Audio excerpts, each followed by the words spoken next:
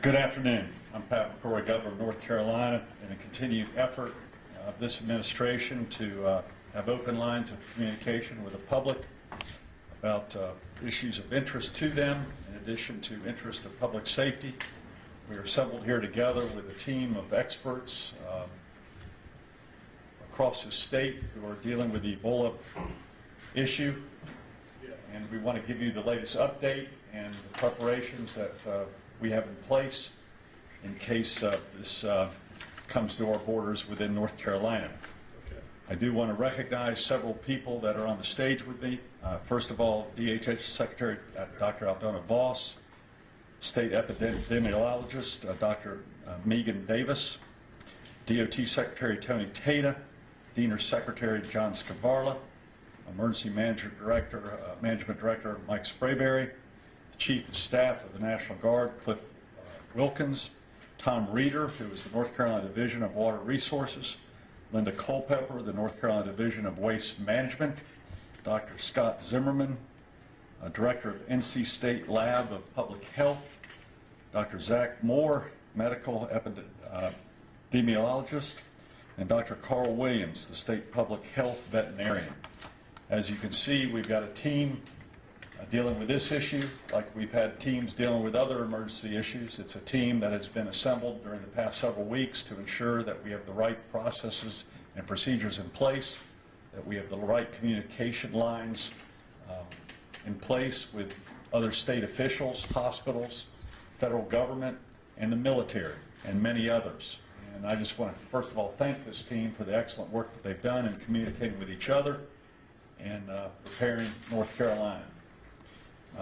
Again, I want to be 100% clear at this point in time. There are no known or suspected cases of Ebola in North Carolina. Let me repeat that. I want to be 100% clear. There are no known or suspected cases of Ebola in North Carolina. As with other emergency types of situation, we're always going to be over-prepared for possible emergencies. I would rather be underwhelmed than overwhelmed and not prepared. Dr. Aldona Voss and this team has been preparing for months and communicating with all officials across this state and our nation in case something does occur in North Carolina. Our Division of Public Health team has been working very closely with its public health partners and healthcare providers to prepare for the possibility that a patient in North Carolina might be diagnosed with this disease.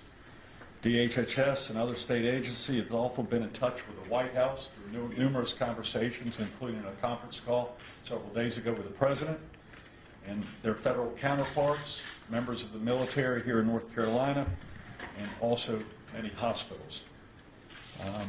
This team at DHHS has given extensive information to providers, so if Ebola happens to make it to North Carolina, we are prepared and the proper procedures are already in place to tackle this virus before it spreads.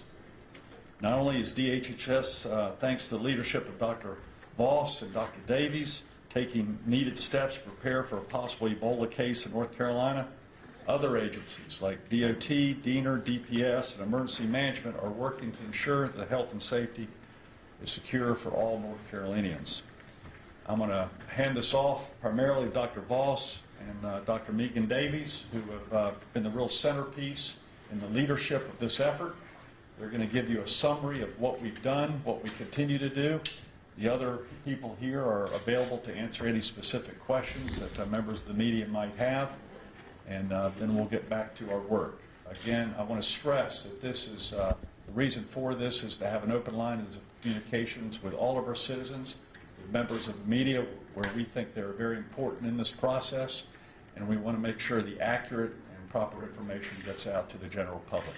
With that, it is my honor, and I'm very fortunate to have such a well-qualified Secretary of the Department of Health and Human Services. She's been doing an outstanding job in this area and many other areas, Dr. Aldona Voss.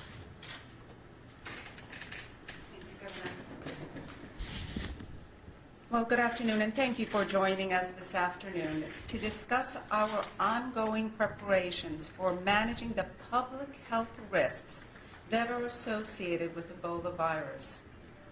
The Department of Health and Human Services Division of Public Health has been active working since July with many of our sister state agencies, with our county and federal public health partners, and healthcare providers to prepare for the possibility that a patient in North Carolina might be diagnosed with Ebola. Thankfully, there has not been anyone, and we have had no cases of Ebola in North Carolina. However, in light of the 2 recent cases in Texas and almost daily reports about Ebola scares in the United States, including one last Thursday in the western part of our state, the governor and I thought that it would be helpful for us to share information about the preparation that is underway to educate and to protect the citizens of North Carolina. These preparations are being presently led by Dr. Megan Davies, our state epidemiologist and chief of the epidemiology section of the department's Division of Public Health. Dr. Davies completed her medical training at the University of North Carolina at Chapel Hill and her residency in family medicine in East Carolina University. She received her epidemiology training at the Federal Centers for Disease Control and Prevention in the CDC's Epidemic Intelligence Service. Following her training, she worked as an epidemiologist at the CDC, where she responded to the anthrax attacks. She has worked in the department's Division of Public Health since 2002, assisted with the state's response to the SARS pandemic.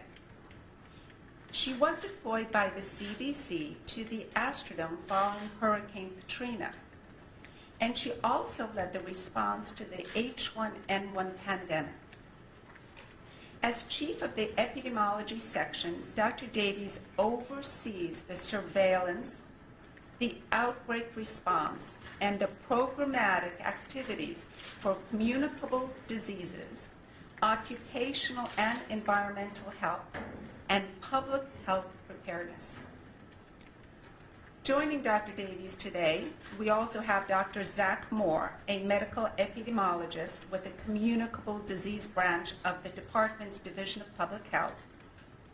We have Dr. Scott Zimmerman, the director of the North Carolina Public Health Laboratory, and Dr. Carl Williams, the state public health veterinarian. Our public health professionals have extensive training and experience in effectively reducing the health risk in our communities and responding to outbreaks of communicable diseases in order to protect our citizens. We also have here in the audience Jennifer McCrory, who is a CDC career epidemiologist. She is a field officer who was assigned by the CDC to the Division of Public Health in 2011. She just returned to work in the division after being deployed as part of the team from the CDC sent to Nigeria. She worked with the Nigerian government's Ministry of Health to conduct infection prevention assessments, education, and consultation. After returning from Nigeria, she worked in the CDC's Emergency Operations Center, preparing infection control training for healthcare workers in Africa. I'm very proud of Jennifer and thank her for her safe return. And I'm also very proud of our state's preparation for the possibility that a patient in North Carolina might be diagnosed with Ebola. Dr. Davis will briefly review the status of Ebola nationwide and internationally, our response to public health issues such as Ebola, and the steps that are currently underway in North Carolina to prepare for it. So at this point, Dr. Davies.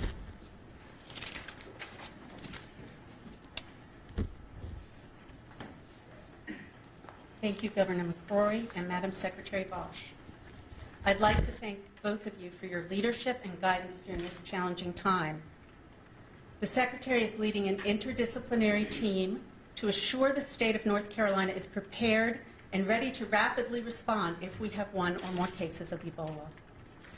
I would also like to thank members of the public and press here today for this opportunity to review and discuss our ongoing preparation for managing the public health risks associated with a person in North Carolina being diagnosed with Ebola. DHHS has been working since July 2014 to prepare in the event that a patient tests positive for the Ebola virus in North Carolina. Teams from DHHS, DENR, and DPS are working together to prepare. Extensive guidance has been provided by the CDC and the North Carolina Division of Public Health to health departments, healthcare providers, hospitals, and laboratories on evaluation of patients with recent international travel and on management of suspected cases. North Carolina has a strong public health infrastructure with many trained professionals who are expert in how to work in public health emergencies. Now I'd like to discuss the status of Ebola nationwide and internationally, our roles in responding to such a public health issue, and the steps that are currently underway in North Carolina to prepare for it. As of October 12, 2014, there are 8,376 reported cases of Ebola in West Africa. 2 cases identified in Texas, one of whom died, and no cases in North Carolina. In West Africa, the number of cases is doubling approximately every 20 days. Ebola is only contagious after the onset of symptoms. And I would like to repeat that. Ebola is only contagious after the onset of symptoms. The epidemic in Africa has been sustained by human-to-human transmission through direct contact through broken skin or mucous membranes with the blood secretions and other bodily fluids of ill people. It is also spread through contact with environments recently contaminated with such fluids. The incubation period is typically 8 to 10 days, but could be as little as 2 days and as long as 21 days. The disease is characterized by the sudden onset of fever, intense weakness, muscle pain, headaches, and sore throat. This is followed by vomiting, diarrhea, rash, and impaired kidney and liver functions. Some cases develop both internal and external bleeding. Now I would like to review the legal authorities we have in place for North Carolina to control infectious diseases based on lessons learned from smallpox and SARS. As a reminder, during the 2003 SARS epidemic, there were 9 cases of SARS in the United States. One of those was in North Carolina.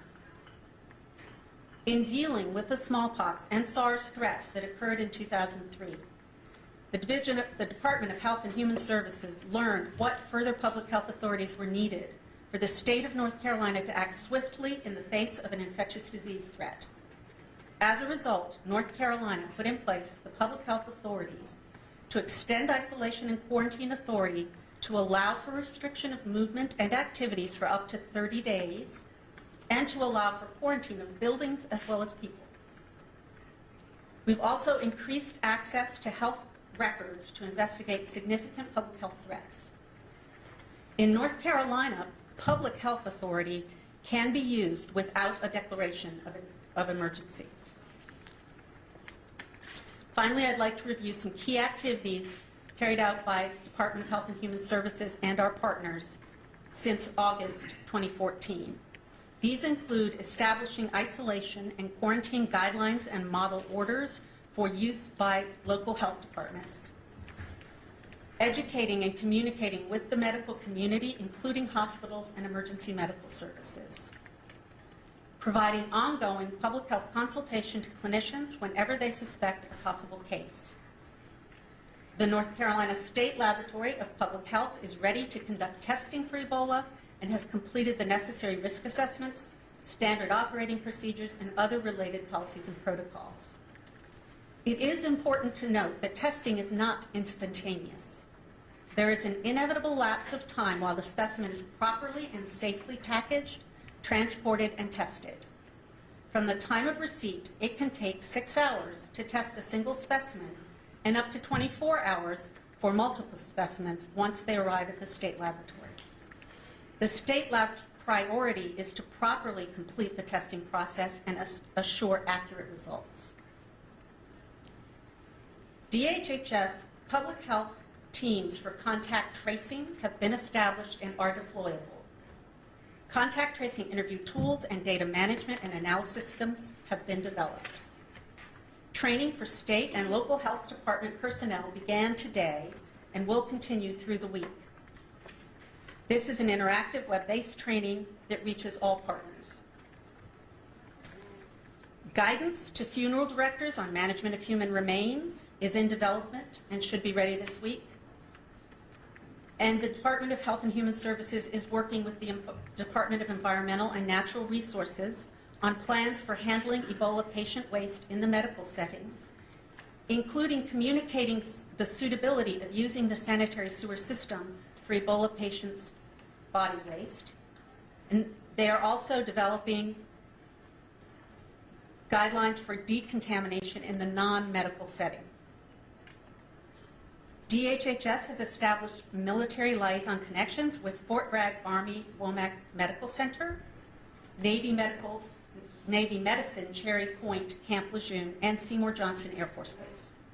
We have identified parameters for information exchange, and DoD has well-vetted response plans that have been exercised.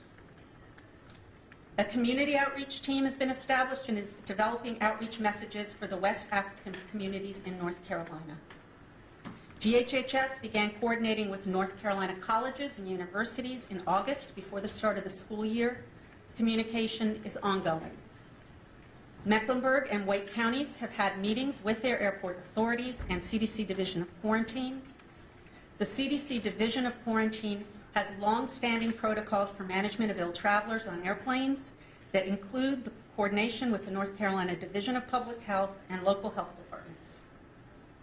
Finally, we have a public health information line available for the public to call for any concerns about Ebola that will go live later today. Dr. Davies, thank you very much for your leadership. Dr. Voss, thank you very much for your leadership. As you can see, we've got a team approach to deal with this potential issue. Again, we hope we're over-prepared and will not have to deal with this issue, and that is our goal, and that is our prayers. But in case it does happen, I want to verify to the people of North Carolina that we have a team to deal with it. But again, our goal is not to have it, not to have to deal with the problem. But as you can see by the presentation by Dr. Davies, there are a lot of details that need to be worked out, and we're going through those details and the complexities of the micromanaging of some very fine details that have an impact on controlling and preventing this disease from coming to our area. So with that, we'd be glad to answer any questions you might have. I'll defer all medical questions to either Dr. Davies or Dr. Voss, and or some of the other experts to my left. Yes, ma'am. If everyone could tell me who they are and who they represent, please. Catherine Brown, WRAL. The public health line, when exactly is that going live? Who will be staffing it? What's the number of that? Dr. Davies? The number of the hotline is 800-222-1222, and we are... Repeat that one more time. Certainly. 800-222-1222. So there's a 1 in there.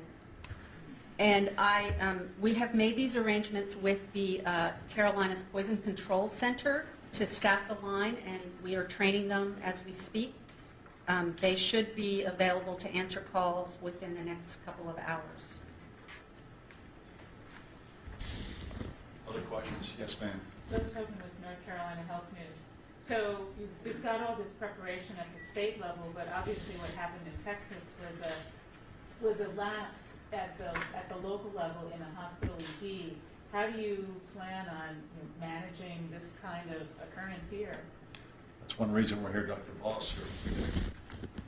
And thank you very much for the question, because Repeat the question, too, for the audience. the question is, as well prepared as we may be, at the end of the day, it is imperative that every member of our community does their part. And in order for that to happen, we have to educate everyone and educate everyone and educate everyone. It is up to the healthcare community to participate in that, and that is our partner in the department, both through the Hospital Association and through the medical community, through the Medical Society. And we work in many ways with our hospital and our healthcare providers to ensure that they have the information that is needed in order to continue the training of our professionals. Yes, ma'am. Lynn Bonner from News and Observer. Can you give me some details on what kind of training is going on in hospitals? Dr. Davies? So, as Dr. Bosch said, we are working with the Hospital Association and through our Office of Emergency Medical Services.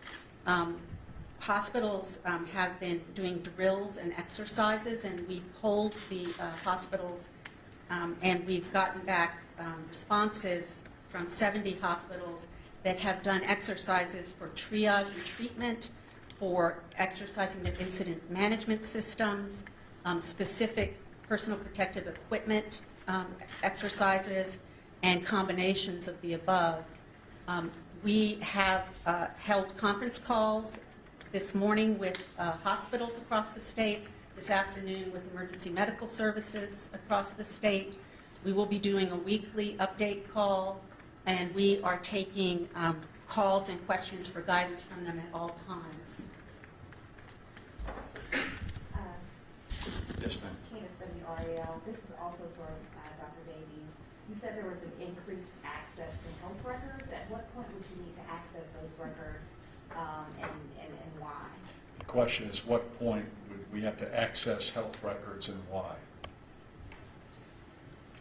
This would be at the point that we had a suspect case, that we had been contacted by a physician with a concern that somebody might be an Ebola, might have Ebola, and it simply allows the physician to share those records with us without having to go through disclosure, release of information procedures, so that they instantly can share all that medical information with public health to assist our investigation. Hi, I'm WRAL again. Based on what happened in Texas, I believe this nurse may have broken protocol or whatever. How does that affect how the training is being conducted with first responders and how imperative? Well, Repeat the yes. question. So the question was, how does the occurrence of a healthcare worker becoming infected here in the United States, despite being in PPE, affect our training of healthcare workers and responders? So this is one of the reasons we're very grateful to have Jennifer McCrory back with us to assist us in our training efforts. We are planning trainings with hospitals and emergency medical services that will include walking through demonstrations of not only putting on the protective equipment, which looks hard but is the quote-unquote easy part, but the removal of the equipment, which is the most dangerous time during the care of an Ebola patient, as you remove your goggles, mask, gloves, suit. That's often the moment when a contamination can occur. And so we'll be working through that with individual infection control programs. We'll be partnering with the UNC NC SPICE program, North Carolina statewide program for infection control and epidemiology. They train all the infection control preventionists across the state. So Let me get some other people real quick so I can, other people, any other questions? Yes, ma'am. I know that Representative Elmers has written a letter to the authorities at, I think, RDU about the concerns about people coming through. Are you doing anything there? Do you feel adequate that people are coming first through places like Dulles and JFK, being screened there? Let me just say this regarding the travel restrictions, that I think it's very important for the chief executive officer of our country with the data points that that individual has, which each governor does not have all the information required to make that decision regarding travel restrictions. As that decision has been made, if we receive any further information in North Carolina which would influence that data point or that decision from my medical experts, we will give that piece of information to the president as soon as possible in case that's required to change that information. My understanding of the 5 or 6 airports that are impacted right now, I think it's around 80%. There are no direct flights to or from North Carolina Airport to any of the countries that are involved in this. Therefore, there would be stopovers most likely in these other areas where precautions are currently being taken. If that changes, of course, we want to be very active in that, participating in that decision and providing that information, whether it be at Raleigh or Charlotte Douglas International Airport. Any other questions? I have a question. Yes. Derek Lawler with WNCN. Just had a question for Dr. Davies, and just you said 70 hospitals had responded and said they've been doing some sort of drills. Can you comment on whether those are primarily larger hospitals or are different sizes of hospitals, clinics also looking into how to prepare for this? The question for Dr. Davies is approximately 70 hospitals are going through drills. The question is, are these the larger hospitals, the smaller hospitals? And give a little more detail on that, Dr. Davies.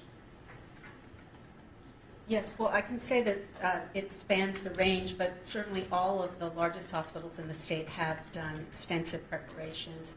And with 70 hospitals across the state having, at least 70 hospitals, I should say, this was sending out a poll to them just over the past couple days, and some of them that have done these preparations may not yet have responded. So at least 70 of just over 100 hospitals in the state have actively exercised some aspect of their preparations for Ebola, and it spans the range of size of hospital. And are there any plans to make those preparations, mandatory? Can you do that, or? I don't know if we can do that in terms of authority. I don't think it's going to be necessary. There's a lot of interest in doing the right thing here. People working in hospitals on the front line of public health want to give the best possible care to people in need, and they want to do it safely. Regarding authority, too, we're in constant review of if in case the worst of the worst happens, we're in constant review regarding legal processes, regarding who can make what decision within the state, and also what is the federal government's responsibility. Because there are lines of authority from the local, state, and federal level, and also you have certain private sector entities that are also involved in this process. So we're in constant lines of communication, reviewing the legal aspects of authority if certain situations arise, and we're going through those scenarios at this point in time. We'll take 2 more questions, then we need to get back to work. Yes, ma'am. Question for Tony Tate, actually. What role does the Department of Transportation play in all of this? This is Tony Tate, the Secretary of Transportation. The question is, what role does the Department of Transportation play in all of this? Thank you for that question. Every mode of transportation, airports, highways, rest stops, the ferries, ports, etc., we want to make sure all of our personnel are trained and prepared to identify, make the proper call, and then get accountability of who is on site should a Ebola victim be at one of these ports of entry or points of entry within the state. So we've been undergoing our safety and risk assessment team has been making sure that all of our modes of travel and transportation personnel are aware of the processes and procedures to get the right people involved. Take one more question. Anyone who hasn't asked the question needs to. You can ask the final question. Oh, yeah, you were talking about training being ramped up and just the importance of walking through these demonstrations. Has that already been done? Have they already experienced walkthroughs for nurses and frontline teams? Dr. Davis. Yes, so different hospitals have exercised different aspects of their plans. I think the majority of hospitals have done fairly comprehensive reviews of their plans and how they would handle someone appearing that they suspected might have Ebola.